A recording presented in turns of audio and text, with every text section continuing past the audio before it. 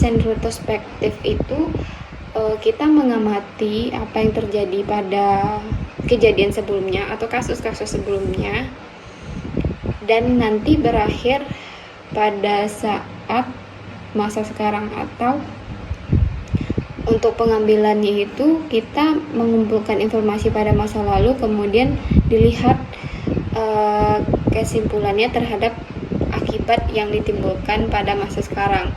Jadi contohnya itu misalnya suatu penyidik mencari hubungan antara penyakit infark miokard akut dengan status misalnya pada umur pasien, kemudian kandungan obat infark miokard akut, kemudian interaksi obat miokard akut dengan obat lain ataupun makanan. Untuk contoh lain seperti studi penyelidikan hubungan antara penggunaan fenilpropanolamin dan resiko stroke hemoragik. Untuk desain prospektif itu dimulai pada saat ini dan berkembang ke depan, artinya untuk desainnya itu untuk terus berlanjut ke depan, ke masa depan. Jadi mengumpulkan data dari subjek hasilnya itu terletak di masa depan. Jadi contoh dari desain ini adalah studi cohort prospektif. Kalau misalnya contoh kasusnya, misalnya para peneliti tertarik untuk menentukan efektivitas jangka panjang dari vaksin influenza pada orang tua.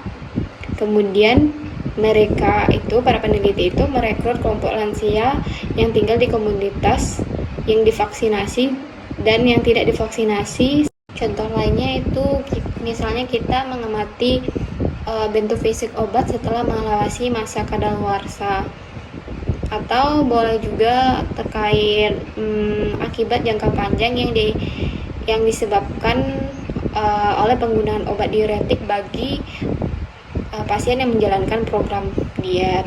Jadi misalnya jangka panjang itu mengakibatkan dia mengalami dehidrasi. Tentu dalam melakukan penelitian ini kita perlu mengamati efek sampingnya itu dari periodik yang berbeda-beda untuk melihat perbedaan yang terjadi pada pasien tersebut. Intinya kalau misalnya untuk desain retrospektif itu ada kasus yang emang terjadi sebelumnya, pernah terjadi sebelumnya, namun belum bisa dipecahkan langsung pada saat itu, karena kita harus betul-betul mengumpulkan informasi apa sekiranya yang terjadi kalau misalnya kasus itu dibiarkan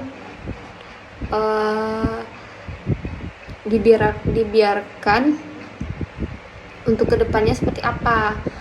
Kalau misalnya desain prospektif itu kita dalam mengumpulkan informasinya itu untuk melihat jangka panjang yang ditimbulkan untuk kedepannya itu seperti apa. Jadi kita membutuhkan waktu,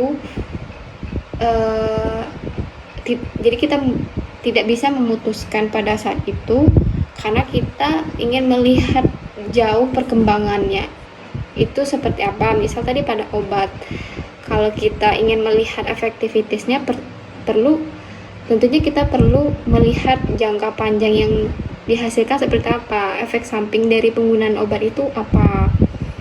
Makanya tidak bisa diambil kesimpulan pada saat itu juga.